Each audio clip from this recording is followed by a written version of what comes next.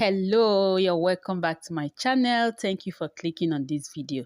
And if you're new here, you are very much welcome. God bless you for being here. So today we'll be recreating this sleeve. Yes, using our own fabric. Okay, so I want to show you how to make three layer puff sleeve or triple puff sleeve. Okay, as we have double puff sleeve. So stay tuned and make sure you watch the end. I'm going to give you the easiest way to achieve this sleeve. Okay, so let's get started. So to get started, we will need our basic sleeve, okay, and our fabric. So I have two piece of fabric here for the two sleeves.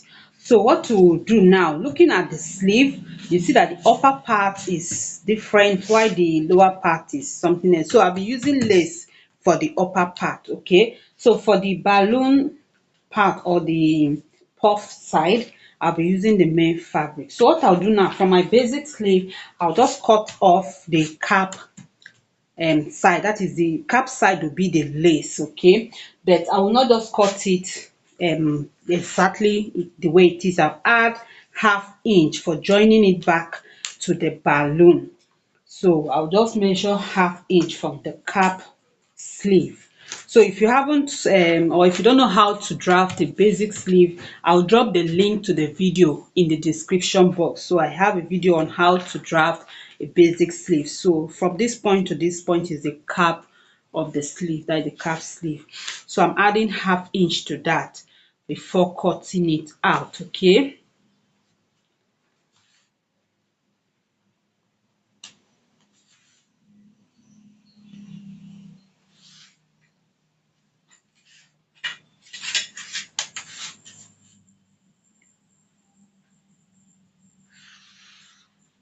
So I'll cut out this. Now there is no like standard formula for getting this sleeve. It has to do with the amount of fabric you have and how full you want it to be, okay. So the more your fabric, the fuller it will be. So now I'll just cut out the cap sleeve, that the cap part of the sleeve, and set it aside.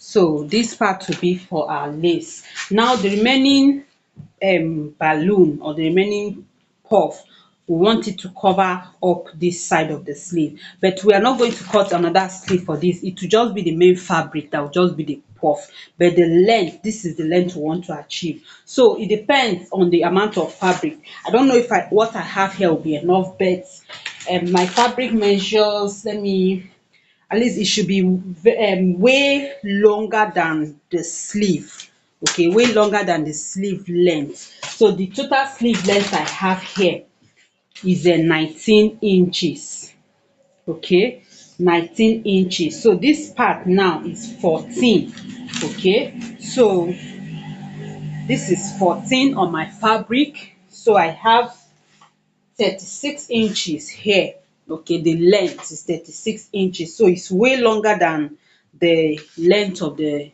rest part of the sleeve. So that will help me achieve the puff, okay. And then this other side too, this is just what I have left, but I wish it is wider, because the wider it is, the fuller the balloon. So this side I have 26 inches, okay. So here I have 36 and here I have 26. So this would be manageable. Yes, let's do with it, okay. So I folded the fabric into two, and I just decided to cut out the upper part a little bit. So I just placed my ruler in form of a line so that the lower part will be a bit wider than the upper part, following what we have on the sleeve.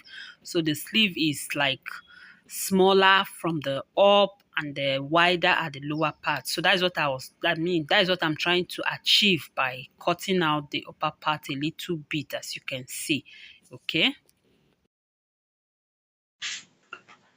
So by the time you have cut your fabric, you now measure what you have, okay, and share it, into three, making the lower one bigger, longer, and they follow like that. So I just want to apportion it the way I like. So for this first one, I'll be marking at 10 inches.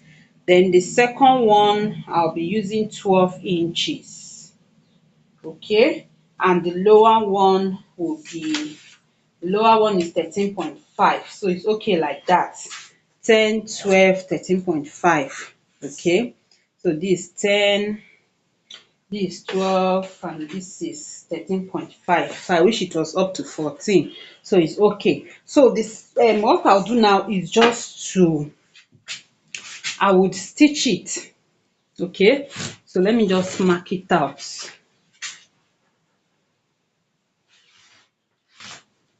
So we'll also be needing elastic for this. Okay, so this line I've drawn, I'll also extend it to the other side.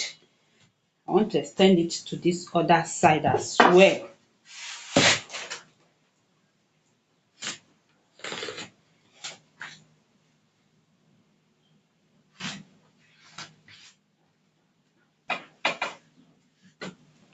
So this is it.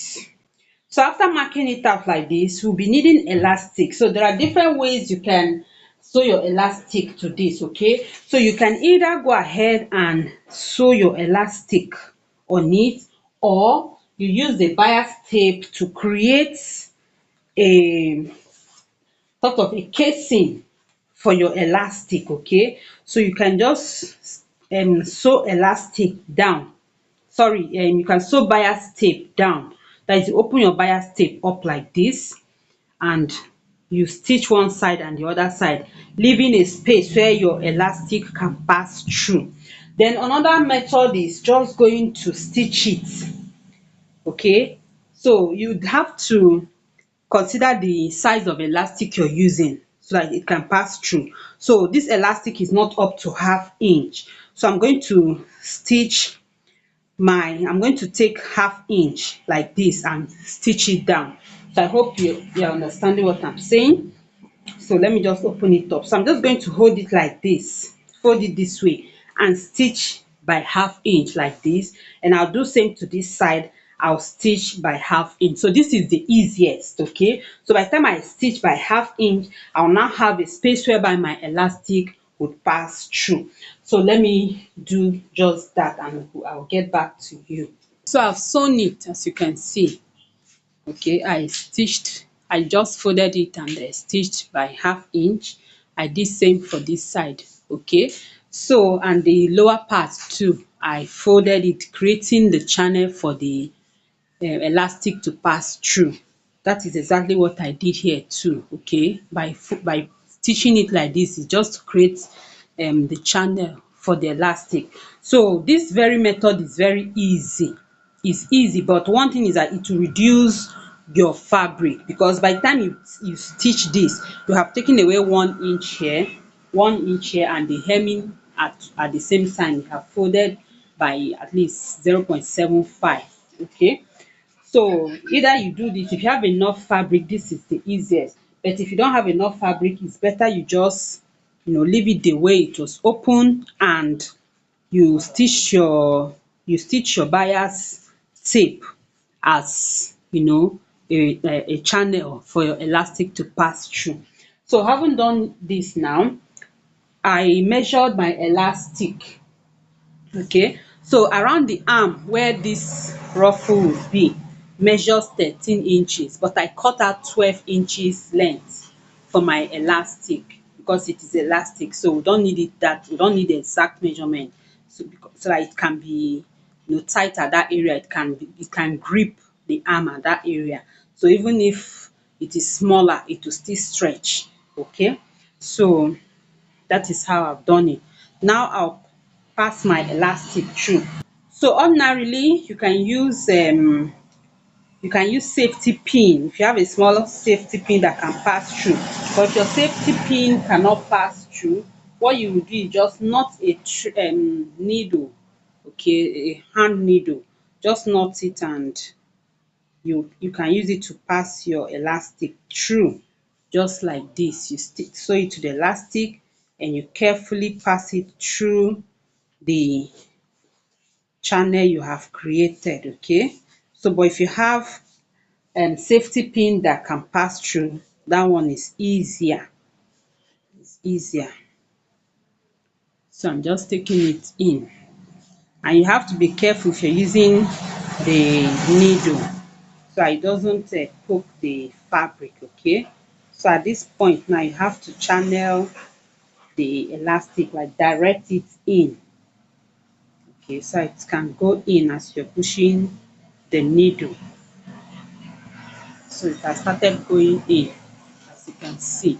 So one other thing is you have to like place a stopper at this point. So you can just use your, pin to just pin this side as a stopper so that it won't all go in. So just carefully do this.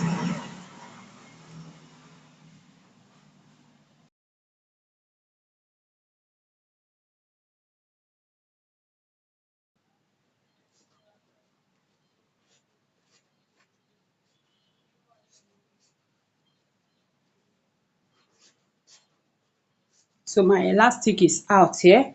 I'm still going to pin it to the fabric so that it doesn't go back in before I cut out my thread. Okay, so and at this side as well, you pin your elastic to the fabric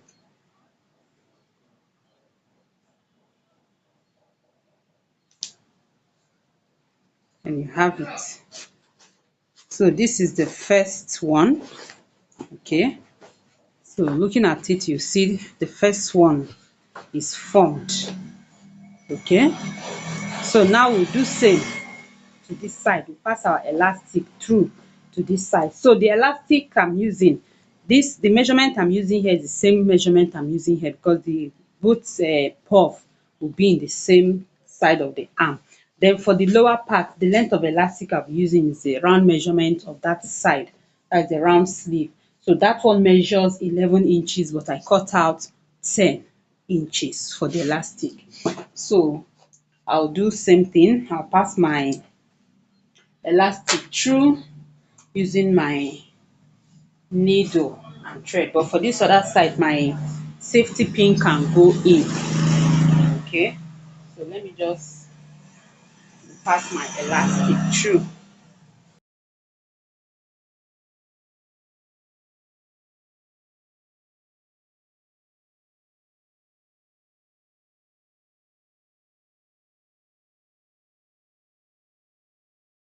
So you can see the second one. Now for the last one, I'll use my safety pin because I made that side bold enough so my safety pin can go through.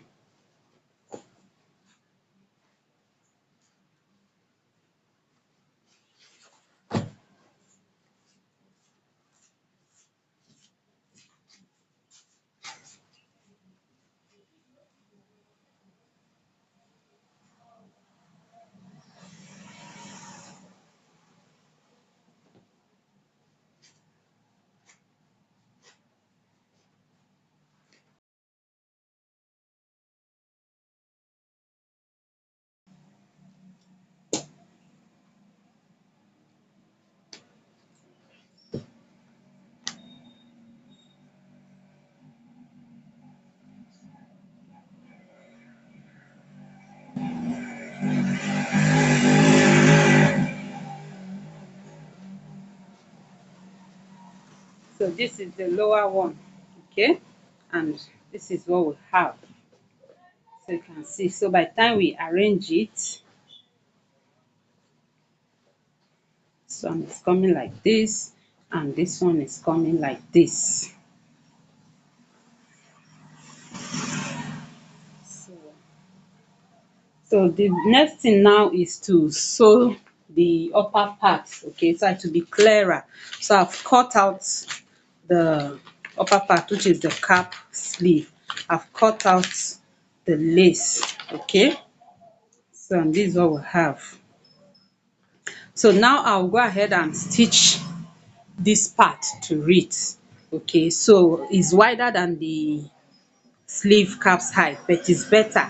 Okay, even it's better for it to be very wide, so by the time you split it to read, the puff will also form.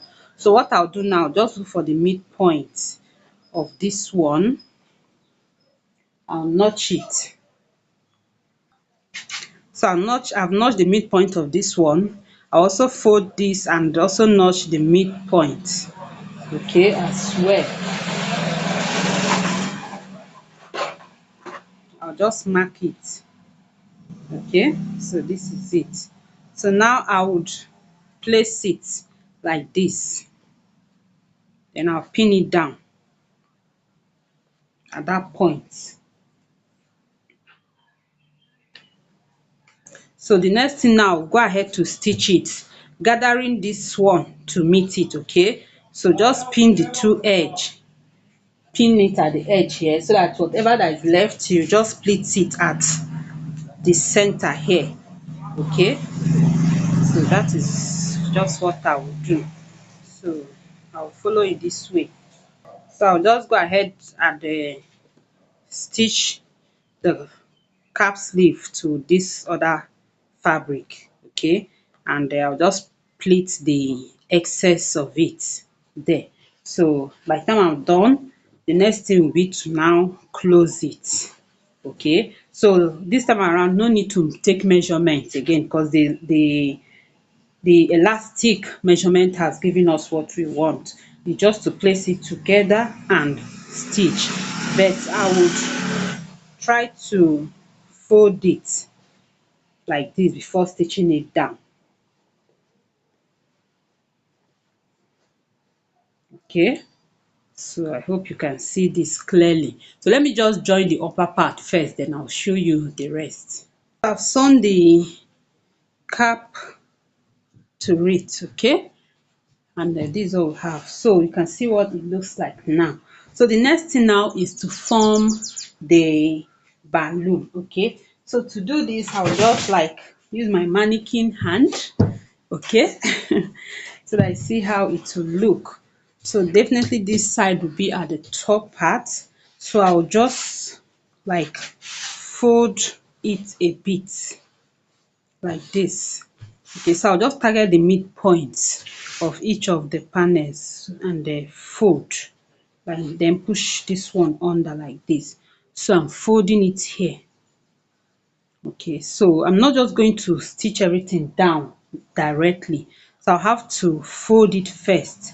So if you look at the picture of the style, you see what it looks like, okay. You see that it was like a bit folded there. Then you also come to the center one, you do the same thing, just like target the midpoint of it, and from there you like fold it and pin it down here.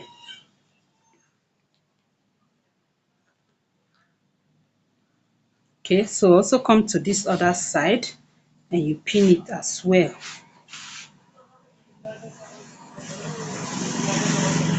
So you don't have to do this on the mannequin hand. I'm just using this, to teach. So it's for illustration purpose. So like target the midpoint and fold it over. Okay, so I hope you're seeing this clearly. And I'll pin it down here. I'll do same for the center one. Just you don't have to measure it. You just look at it. You eyeball it and you just like determine where the midpoint will be. You fold it, okay, and pin it. So have it for the two upper part. For this lower part, you don't have to fold it, because it's we'll leave it free so that we can pull it down or pull it up as we like, okay. So these are the two that would just form the puff flea, okay. So don't worry, by the time it is stitched to the dress, it will stay in place, and then this one will come like this.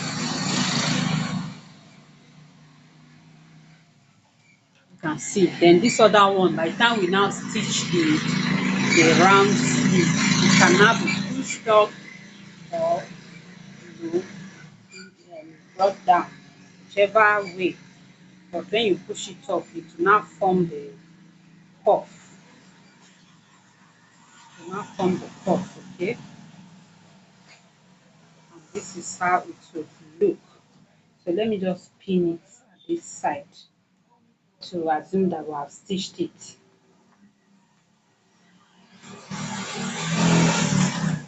So this style has to, like, you need enough fabric for it, okay? So you need enough fabric. So I actually made a corset blouse with the fabric and the 6 pieces skirt.